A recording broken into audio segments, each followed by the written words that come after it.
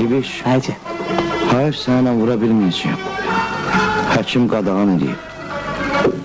Deyir vursan ölərsən. Evdə aptek açmısan ki. Bəs onda bu ağbaşı nə götürüb qoymusan süfrənin ortasına?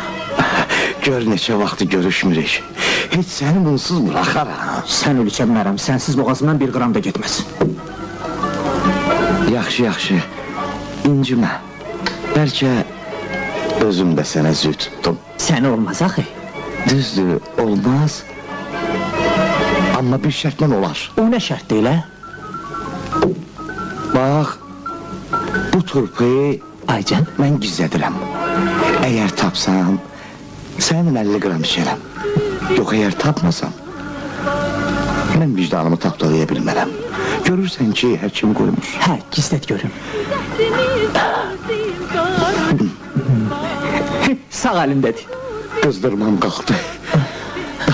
Tapa bilmədin. Bəlkə bəxtini bir də sınayasan, hə? Kaçmak istersen, kaçabilmezsen sevmem. Sol əlimdədir. Aferin. Tapdı be. Yaxşıdır ki, ikinci dəfədə tapa bildin. Halal olsun. Xoş gəlmisən, səfa gətirmisən. Kaçmak istersen, kaçabilmezsen. Nuş. Necədir? Təkrar edək. Kaçmak istersen, Tap!